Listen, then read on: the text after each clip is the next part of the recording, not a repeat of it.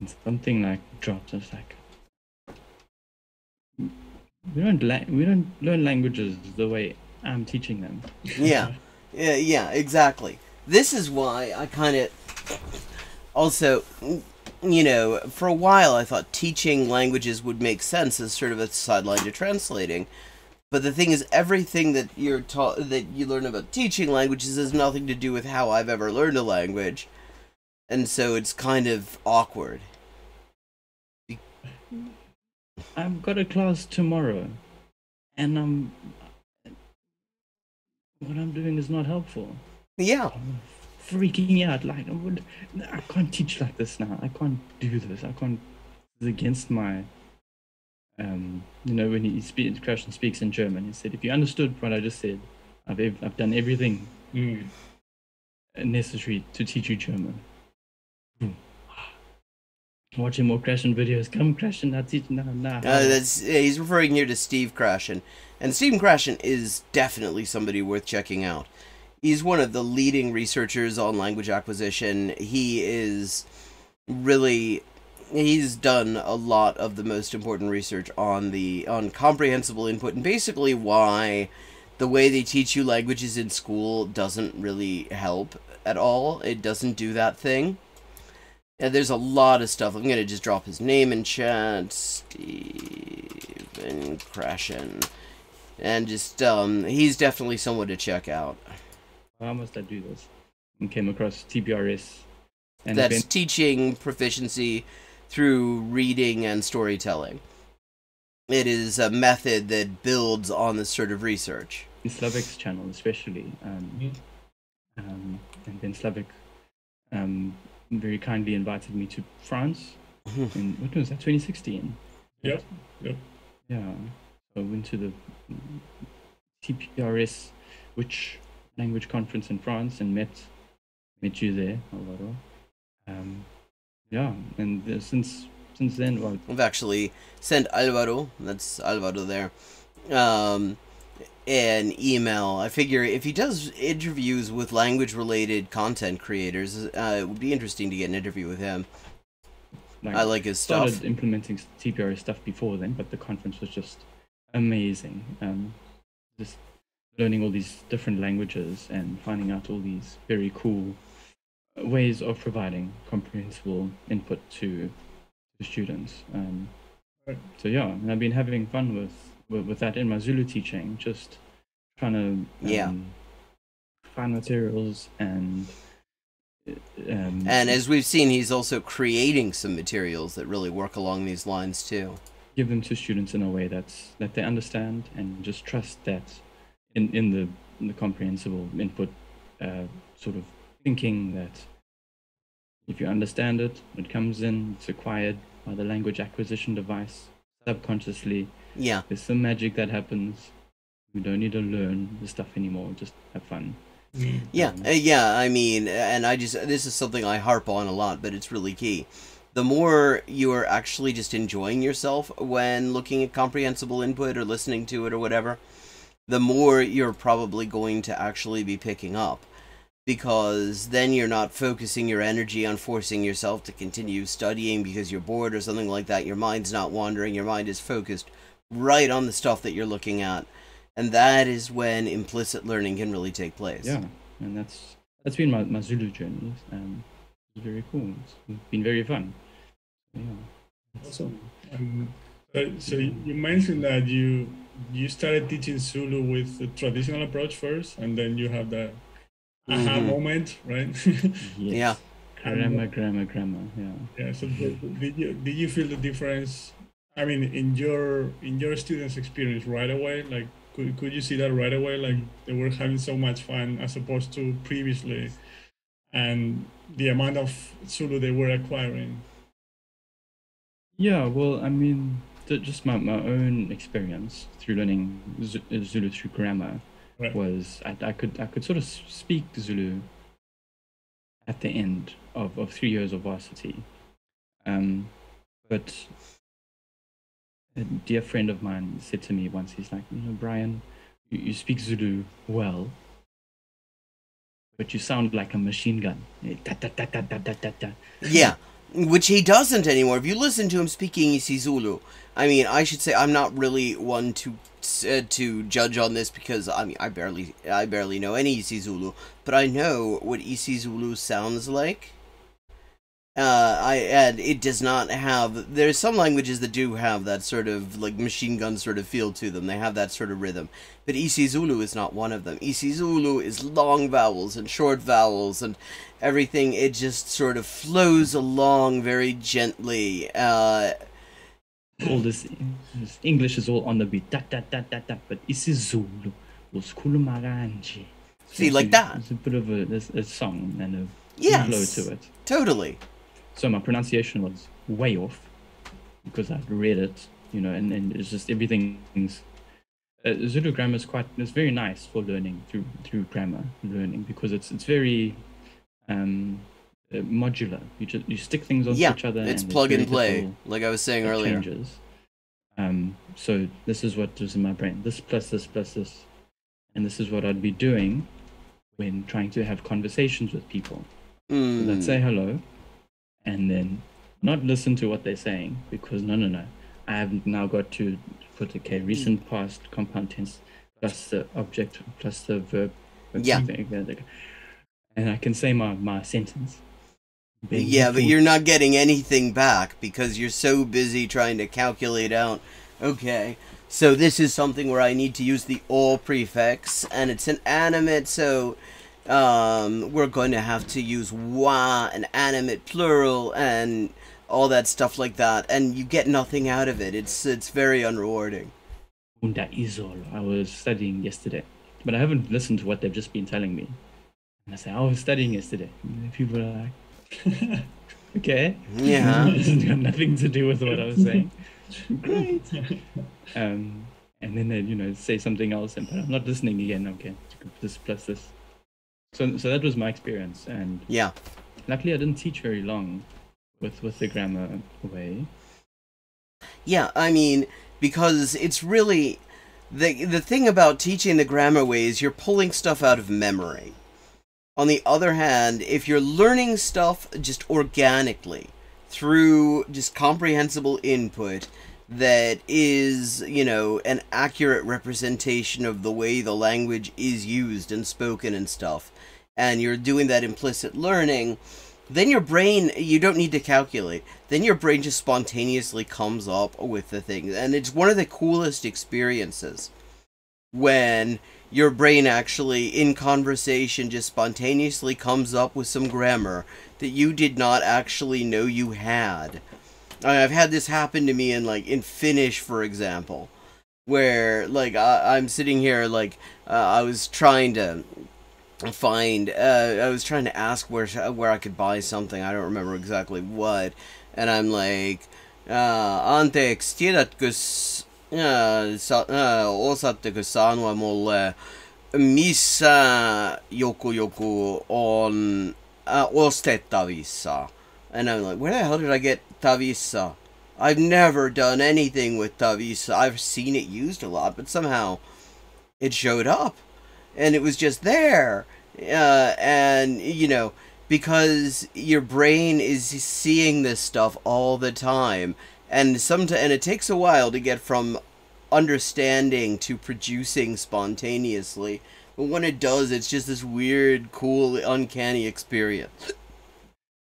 But yeah, the first lesson, I remember the first lesson I taught that next day that I was talking about. That I just took a clip from Lion King. Zazu was the character, and we just spoke about Zazu and just acted it out, and it was chaos. Acting out dialogue, really properly getting into it with feeling and stuff like that. That, I think, that is one thing I do a fair bit when I'm working on a language and stuff, because the thing is, if it's going to be natural, there's going to be feeling it. If you're just sort of if you're just sort of spamming through it, ich habe heute Speck gegessen and stuff like that. Yeah, it just doesn't feel natural. You have to get that. You have to get that feeling. You have to really and it's expressed a little bit differently and in different orders and ways in different languages, and you have to sort of get used to how that happens, and acting out dialogue can be very helpful in that sometimes, if it's dialogue you actually care about. But Good but chaos. fine. Good chaos. Good chaos, I hope. Yeah. So yeah. Cool, cool. So definitely, like, yeah, as you say, like the change. I mean, the one thing from Krashen's, I think Krashen's quote as well was a bad CI class is always better than a good grammar class, Right. which is Yeah, he does say that a lot.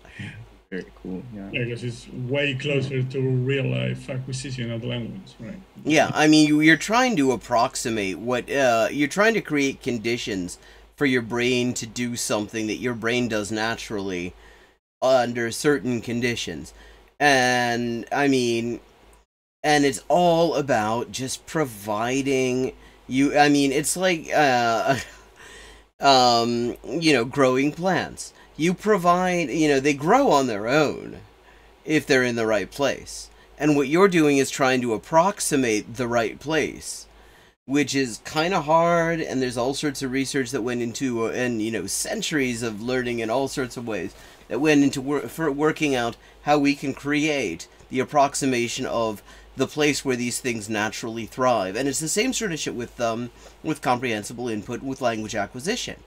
So you're trying to create that environment, and that's a very different thing than trying to sort of drill people through the indicative and the subjunctive and coordinating and subordinating conjunctions and trennbare Verben, untrennbare Verben und so ein Scheiß. And it works way, way better. I mean, the payoff is so much better. I mean, I say this as somebody learning it. I haven't really tried teaching in this way, because I don't even know how I would do it, because I've never learned from being taught, really. Not with languages. It's sometimes been a help in certain ways. Sometimes people teaching me have pointed me to materials that ended up being very useful in this way. But for the most part, though, I mean, I've learned by exposing myself to interesting, comprehensible input, and being fascinated enough by it that I just keep going back to it. Exactly. Yeah, I was when you were talking about your experience with Zulu, that you just said hello to somebody, and while they were speaking, you were trying to consciously think about what you want to say next, and you're not paying attention to what they're saying. It's the difference between trying to regurgitate things you've learned and just expressing yourself, expressing your feelings, expressing what you did today or whatever it is. And that is, I mean, there's just a world of difference between those things. I mean, it's not the point of... Yeah, it sounds crazy, but that's pretty much what we all did after grammar classes, right? Yes, yeah. Surprisingly enough, we didn't understand what the other person was saying, because we weren't paying attention at all. Yeah. Exactly, yeah. We didn't have the listening practice, with the listening, getting used to that first from the input. And, yeah, exactly. I was just not paying attention. It's crazy. Yeah, so now, since after the Zulu thing, I've been in Vietnam now for 2 years teaching English. And teaching back to, not quite grammar, but now we teach classrooms full of kids. So it's more, so now it's just, it's fine in the beginning, because they teach you okay, there's 2 options of what the vocab word is, and is it A or B, and the kids choose, and you press a button, it makes a nice noise. Yeah, I mean, that's bloody useless. Yes, it's the right one. In the beginning, you're getting used to the method or whatever, and you're getting used to kids. So it's fine. It's a challenge. It's a new challenge to do something else. But very quickly, my soul started crumbling and withering. No, no stories coming out, and it's just it's just such a crazy. It's a massive industry here in Vietnam. Yeah, I mean, and not just in Vietnam, in so many places. There's a huge amount of money being made teaching people languages in ways that they will never acquire languages. this, it's English. And then, there's this like sort of side industry that goes on where it's like, okay, here are like some auxiliary things that you can use to improve your chances of managing to acquire anything using these shitty methods that don't work. But that we're going to make the method, we're going to patch the method so that it's going to work better. And it's like, no. I mean, there's a huge amount of money in it, but no. Learn English. And it's all less teacher talking time is the buzzword. More student, sort of getting students to come up with a language and talk to each other. And that is the definition of a pidgin language. This is not acquiring a real language. This is Tarzan, me Jane, you Alvaro, me eat banana, or whatever. It's just the definition of the wrong way to learn a language. Yeah. I mean, and there's a lot of money involved in like failing to teach people languages. Right. Yeah, just another one of those wonderful capitalist success stories. We've made $1 billion, not actually, producing language learning equipment or apps or something. And how many people have successfully acquired a language? Well, none so far, but they're buying the stuff. There's been a big confidence knock because there's this massive industry, and they're all saying no, less teacher talk time and this. I've been feeling like, well, do I really have the what's the word? The goal to be like, no, this your way is not. Yeah. I mean, it takes a huge amount of confidence. I mean, like, I can sit here and say this sort of thing with pretty easily because of two things. One, I've successfully acquired a fair number of languages, like enough that like language people who should go to like polyglot conferences and polyglot gatherings are like, holy shit, you've still got more that you know. So that helps. And then actually seeing, like, hearing from all these people who have done similar things, who have acquired a bunch of languages as well, and people like Crashin who've researched how that works, and hearing people say, oh wow, this is like, they're talking about the sorts of things that I do. They're talking the methods that they're using and the sort of methods that I use. That gives you the confidence you can say, yeah, no, what you're doing, everything that guy just said is bullshit, as Joe Pesci once said. Hopeful. But it's hard because you're coming up against so much conventional wisdom. It's been just very interesting to see this way of doing languages, and I think there's a big gap for spreading the word of this natural, more vital and more human way to learn languages. It's just be if more teachers taught this way here, jobs would be a lot more job satisfaction, and kids would just learn better. Yeah, I mean, there is nothing more frustrating when when you're trying to teach somebody something, if no matter what approach, what angle you go from, whatever method you think of to try to explain something, they still don't get it. I mean, the whole satisfaction with teaching, in my experience, comes from people getting it.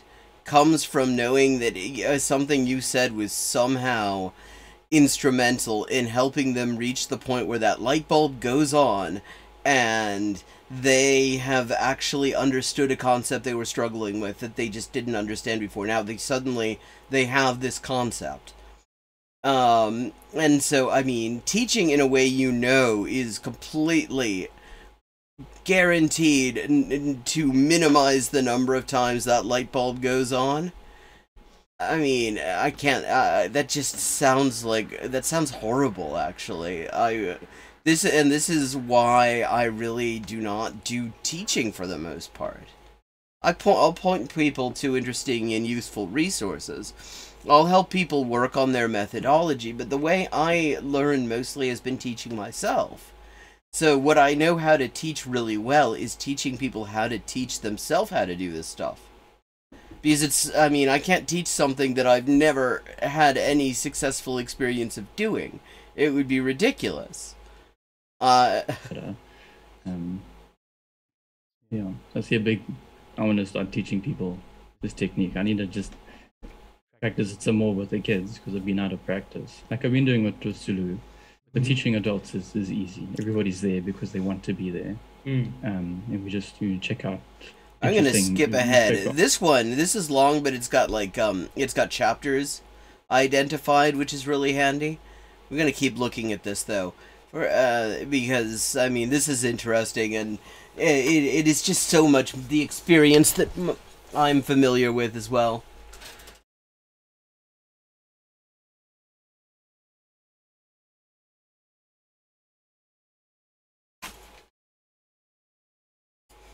And another quote, what did I hear? I think from Ben Slavick's book, he's saying teaching language through grammar is like learning football without the ball. Yeah, it's like learning cricket. You just hand somebody the laws of cricket. That's what the rules of the game are called. They're called the laws. Because it's on a different plane than other games and all this. And somebody said, rules are made to be broken, but laws are made to be followed. So the laws of cricket are not rules, but laws, and that sort of thing. And you hand somebody like the laws of cricket, and you test them on it, and they know the LBW rule by heart, and they know that okay, it's a no ball if your foot's outside of the popping crease when you release the ball from your hand, and the different ways a batter can get out and all that stuff. And then you send them out onto the pitch, and you expect them to bowl the first ball, and of course they have no idea how to bowl the first ball. You haven't taught them anything about bowling. You've just taught them the rules about basically how not to do it.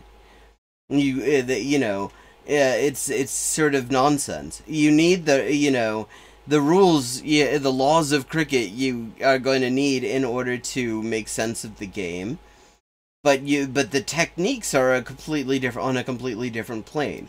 Like, just because you know that the way you score runs is you hit the ball and then you either run a certain number of times between the two creases on the pitch, or you hit it over the boundary for 4 or 6 or something like that. That doesn't mean you know how to make that happen.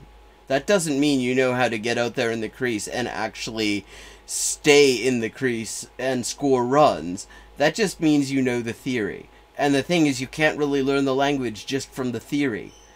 The theory can be helpful in helping you make sense out of the input of the language, but it does not help you. If you just know, like, isiZulu is an agglutinating language that front loads all sorts of prefixes to help generate meanings.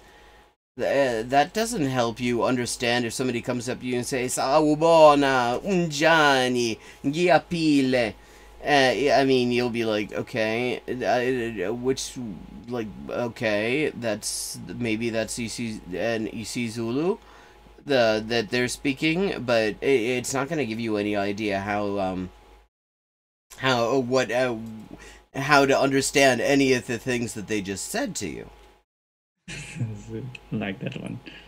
Good one. Learning grammar without the whole picture. I mean, you got your football. Learn about football, but not know the yeah. Anyway. Yeah, I mean, to me, the craziest part is just like we're not kids, so we don't have to talk to adults. I mean, if you're teaching adults, I mean, we don't, or even if they're kids, they're not like babies. I mean. So if you're teaching kids or adults, you don't need to talk to them as you would talk to a baby, but it's a process that works 100% of the time. I don't know why, I don't know when this whole idea started, the whole idea of teaching linguistics, which is what it is. Right? Yeah. Well, I think it's because so much. I mean, I think what's happened is people learn these things, and there's there's sort of a diversity of methods, a diversity of tactics going on. Like, I mean, especially if it's a person who is learning the language, who is not a native speaker of the language that is spoken around them, and learns it. And so they've got classes they're going to, but also they're constantly surrounded by input. And they successfully complete the classes, and also they're good at English, or whatever the language is, Vietnamese, or whatever. And they think, oh, the classes really helped, because occasionally they had some aha light bulb moments in the classes. But actually what helped was all the input. You know, so I mean, it's just taken a long time for people to properly tease out what's going on, and to really break down all the different things that are going on in, you know, people's attempts to acquire languages, to be able to say, yeah, that thing that they're doing probably isn't what's helping. This other thing is. Right. It is crazy. I think it makes like logical sense. It's a logical system, and it makes logical sense that we've discovered that languages, we can break languages into these parts, and we can sort of make rules. And it's like, we've got these rules. Let's just learn the rules, and we have the language. Easy. Right. Yeah. Yeah, exactly. That's how. And then the rest of it is memorizing vocabulary words, and trying not to die of boredom in the process. It's just my understanding of it, and it's a logical system for a logical thought for a logical system, but it doesn't work. Right. It seems to work, which is the danger, because you can measure it, right? You can. It does, and you have goals.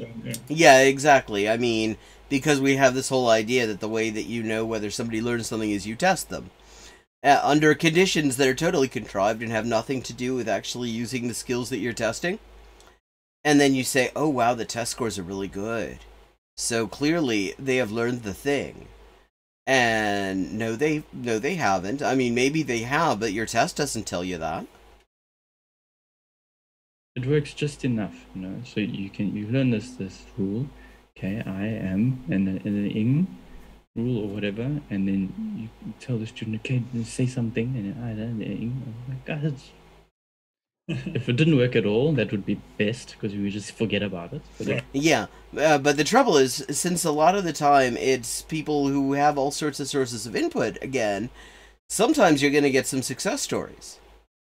You know, if it's people who are trying to learn the language that is spoken around them because they've, like, immigrated to another country, they're in, you know, they're from Italy and now they're living in Germany. So they got the German class, they have DAF, Deutsch als Fremdsprache.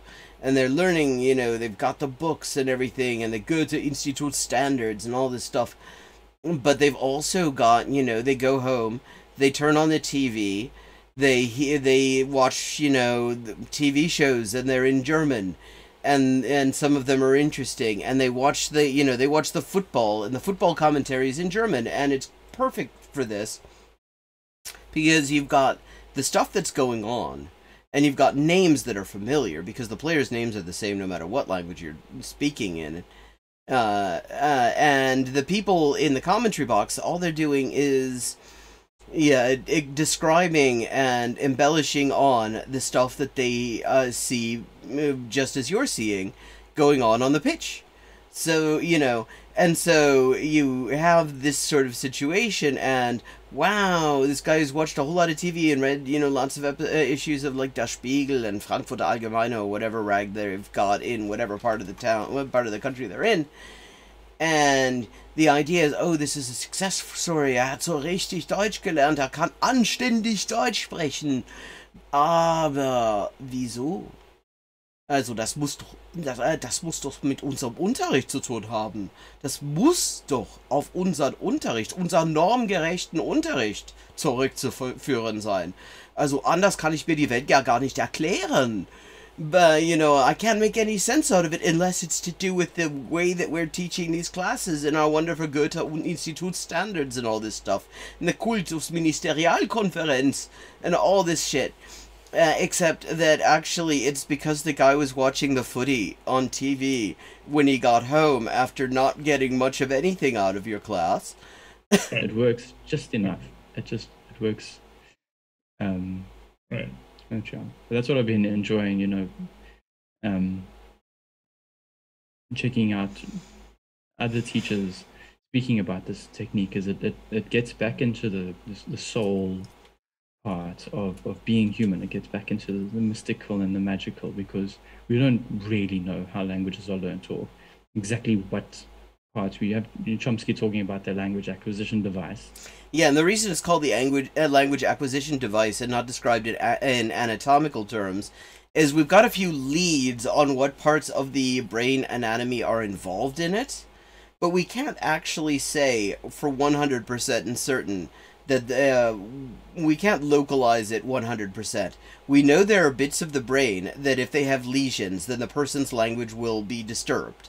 You know, you've got Wernicke's area, you've got Broca's area, you've got, you know, you've got all the, and we know different lesions can produce different kinds of aphasia and stuff like that.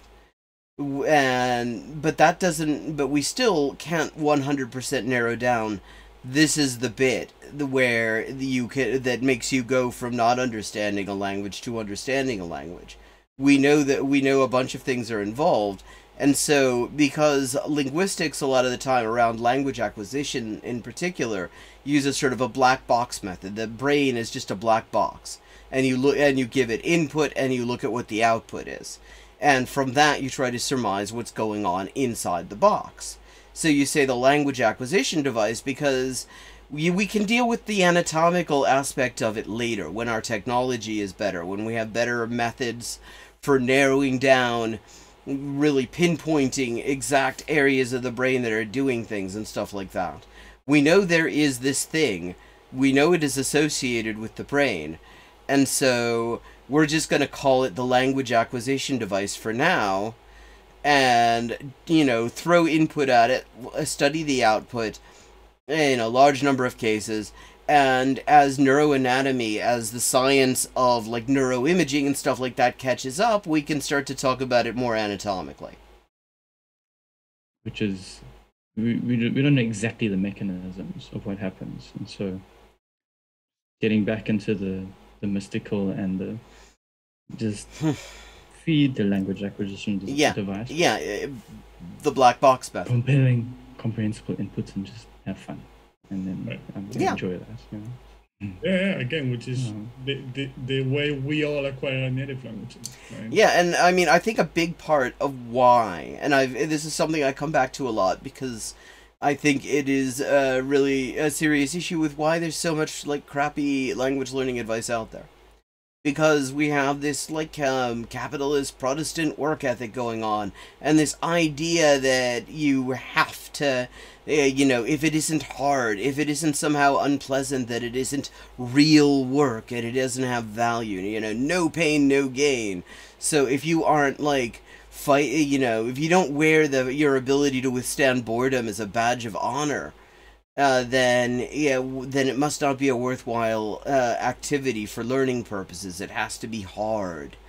And the idea that actually you can get not only can you get worthwhile results, but it's actually the scientifically verified gold standard is something that you're enjoying, that it doesn't feel like work, that you don't have to force yourself to do, and you just kind of let your brain do its thing around this novel input that it's getting. I mean, that goes against some very strongly ingrained cultural ideas about how things are supposed to work. And the minute you start calling that stuff into question, you start calling a lot of other stuff into question. What if maybe the best way to organize a society isn't where people have to constantly force themselves to do shit they hate all the time, that they can't see any point in, you know? So, I mean, you're like, one of the key building blocks of the whole way that work is organized and understood in our culture and our society is totally hostile to the idea that you can learn things in a way that you're just enjoying yourself. You're just doing your thing, and you don't feel exhausted afterwards. It isn't like soul crushing. I think that plays a huge role in why there is so much hesitance to accept the idea that maybe the way that you can go about acquiring languages is actually the most enjoyable way in a lot of ways. And yeah, and actually when we compare adults with babies, I mean, the way we acquire a native language versus the way we adults learn a second language, I don't think there's a I mean, I don't think the problem is we learn languages differently. I think the problem is when we're adults, we just have the ability to consciously control the process. Yeah, I mean, so much of the there's all this talk about like the critical period for language acquisition, and it keeps on getting expanded. It's different ages and stuff like that. But the thing is, the difference between the biggest difference between acquiring your first language in infancy and all the other language learning that goes on, the biggest difference is the method. Nobody is going to, like, a baby and being like, okay, we're going to repeat the conjugations now. Ich schreibe, du schreibst, er schreibt, sie schreibt, wir schreiben, ihr schreibt, sie schreiben, okay, nochmal bitte von vorne. No, I mean, nobody does that. But then you get into, like, school, and school is based on a lot of these arcane, completely not scientifically nonsensical methods. And then, wow, the results are so much worse. And so if you're not interrogating the method, if you're not questioning whether what's going on, the method is the problem, then suddenly what it looks like actually is that there's this critical period and you've just missed it, and that's why you're getting these suboptimal results. But the more we look at language acquisition, the more it turns out actually the problem is our methods are departing from what we know definitely works to learn our first language, and the more you use methods that are similar to that give you that comprehensible input. I mean, one of the big differences, to get back to what he was saying about comparing an adult and a baby, when it comes to languages, we've got way more reference points for language acquisition. Like, you've just come into the world, you just sort of entered it. You don't know what anything is. So you have a very limited collection of things that could be points of reference for making sense out of the words that are being said around you. Whereas, you've been around for a little bit, you've been around 20, 30, 40, 50 years or whatever, you will have acquired, one hopes, more points of reference for what words might mean and stuff like that. And so, actually, in a lot of ways, it is potentially...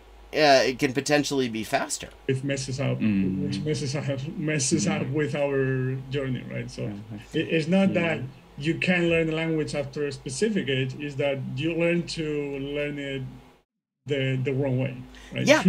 Yeah, I mean, think about it, because actually, if anything, and this is just sort of an epiphany I'm just having as a result of watching this interview. If anything, our process is because when you're learning your very first language, in those very first years of life, you not only are learning the names for things, you're having to learn what the things are in the first place. All of the things. You don't know what any of the things is. Whereas we know what a lot of the things are that surround us. We know what they do. We know what they're for. And so more than anything, when we're picking up a language, we're picking up different names for the stuff. We already know what the stuff is. Exactly. If that makes sense. Yeah, this conscious mind gets in the way. I like that.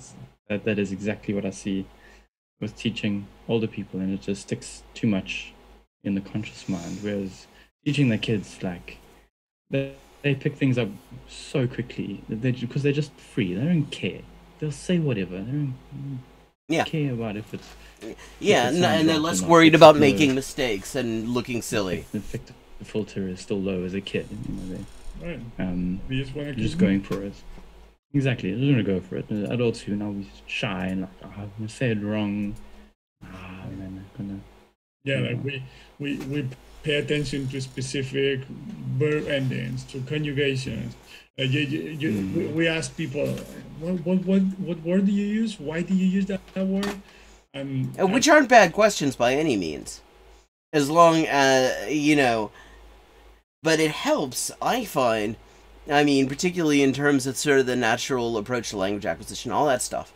One thing that really can be very helpful is if you're sort of gradually and you hypothesizing, oh, I see this thing is going on, and I have a pretty good idea what all of it means, and you sort of allow your brain to sort of take that step of trying to work out, oh, is this what that work? Is this how that works? And maybe you didn't quite get it there, but it's exercising the language acquisition device more.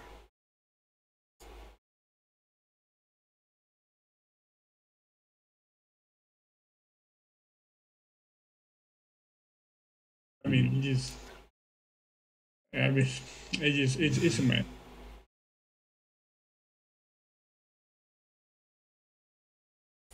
Yes, but I mean, the good news is over time, like I'm saying that in myself, like right now when I'm watching a series or a movie or whatever it is in a foreign language, I'm way more relaxed when it comes to what I was talking about. Like I'm watching the series, and before, like some couple of years ago, even after being totally convinced by this idea, I would watch a series or a movie or whatever I'm watching, depending on my level, and I was still paying conscious attention to the specific words, if that makes sense. But now, with time, I've learned to relax more and focus totally on the message, on communication, which is the most important. See, I mean, focusing on the specific words, as long as you're not getting lost in it, is not a bad idea.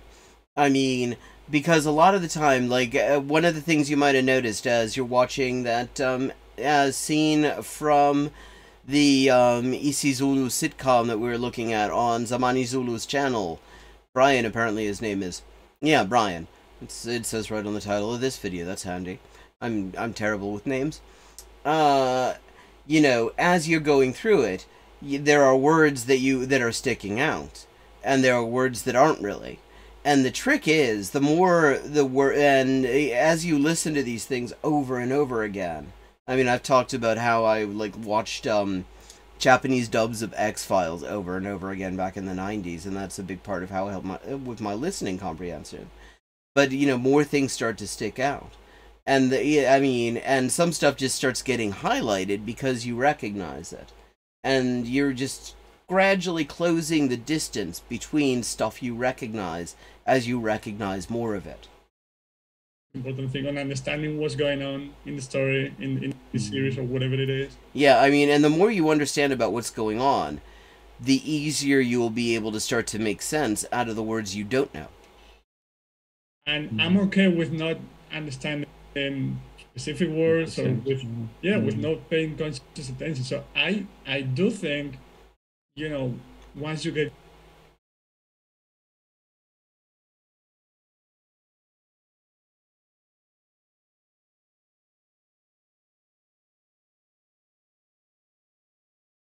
Oh, why are you buffering?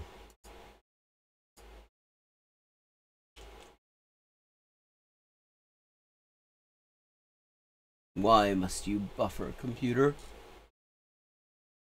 used to it, or with time, with practice, quote unquote, you get better at it, and you kind of lower your affective filter, like you said, and you kind of forget about the conscious part of it. Right? Yeah, kind of. That's really kind of key.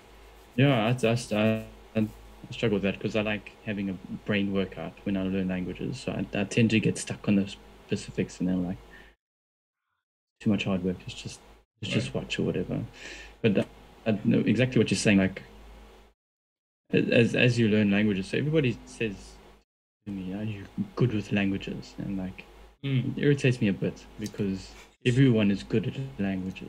This is Yeah, I mean, I had to say, like, people will say when they hear like how many languages I speak and actually hear me speaking in them and stuff, they'll be like, "Oh, it's just like natural ability," and it's like,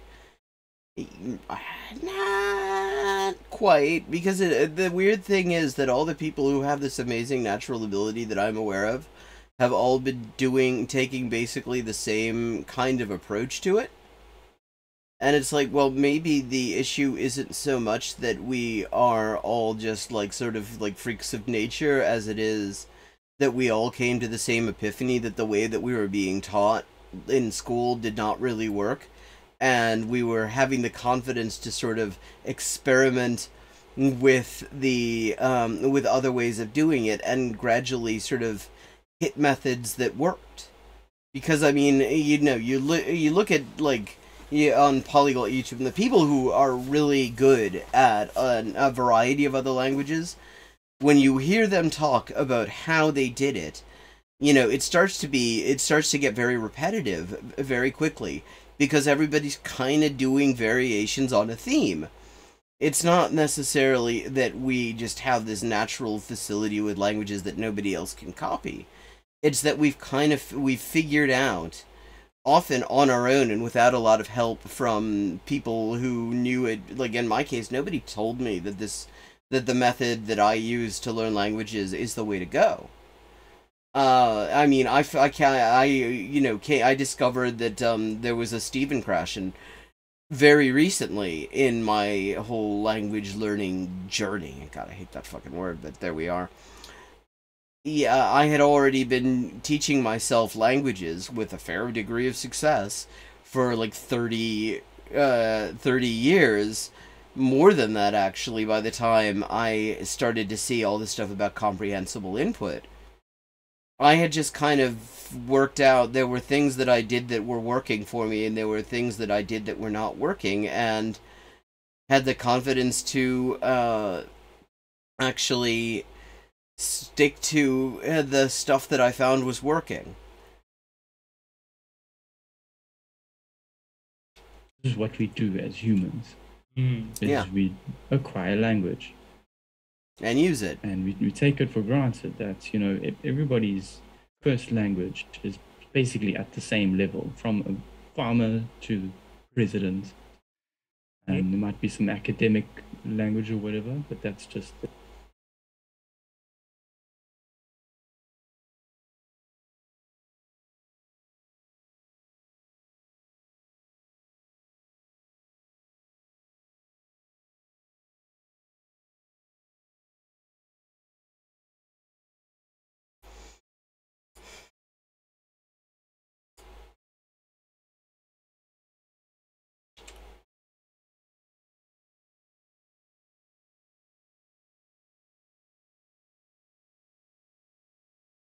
Stop buffering, please. This is annoying, computer. Please stop buffering.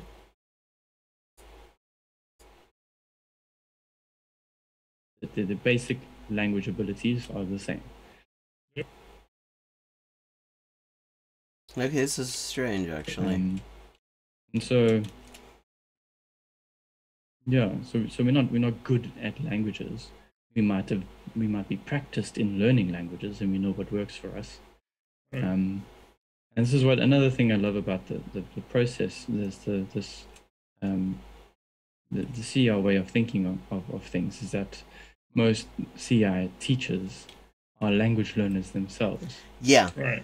They're learning. Yeah, I mean, that is, I think, a really key thing, because if you're not like actively pursuing languages and stuff like that, it's much easier to sort of buy into methodology that isn't necessarily all that good. But if you're constantly in the process of teaching yourself all sorts of languages and trying to, then you're going to want to use methods you actually have some experience with them actually working for you. Because if you're using methods that have never gotten you any success in trying to teach other people, you're going to feel like you're going to sort of feel like you're lying to people on a certain level. And mostly to learn the technique to teach by. So you might check out someone else's class who's teaching in Polish or whatever, and it's to learn the technique. But the technique is so effective that you learn the language as well. Right. Yeah. Whereas, here, especially in Vietnam, no one's learning other languages. And if you were to try, I'd love to set up a challenge where teachers, have a race or something to proficiency or whatever. I don't know. You're like, go over your output technique or whatever, like word list and all of that, and I'll go for my input technique. I would love to see this. I would love to see this. And it occurs to me, this is just sort of a hypothesis. I have not done any research to verify this, but I wouldn't be surprised if these sort of snake oil grind-based methods have more commercial success for English learning materials than others, precisely because people are more likely to think they're learning from them. Because we're like bombarded, no matter where you are in the world, you will be getting some like English, Anglo culture, Anglo input. If nothing else, you turn on the radio and a lot of the music is going to be from English speaking countries. And particularly the big ones, US, Canada, Britain, Ireland, Australia. The really well, especially the US and Britain, I would imagine. But so you've got comprehensible input in English kind of everywhere you're going. And so the methods are likely to have more pseudo-success than in other places, than with other languages that there is much less exposure to. And with that, I think we're going to wrap up for today. Thank you for joining me, and if you've enjoyed this stream even half as much as I've enjoyed making it, please consider subscribing with a Prime or a subscription to help me pay my bills and help me make more of this stuff. This has been me over at Hyperpolyglotting, looking at an interview with Brian from Zamani Zulu, a great channel. Great materials for comprehensive input-based learning of Zulu, which can help you with all the other Nguni languages as well, because they're very closely related. It's a lot like the Scandinavian languages in that regard, and in basically no other regard. And on Natural Languages, which is a great channel as well. I'm going to just drop a link here into chat. Natural Languages. He has all sorts of interesting stuff on learning Spanish and interviews with languagey people.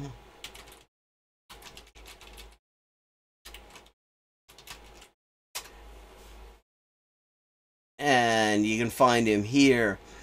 And yeah,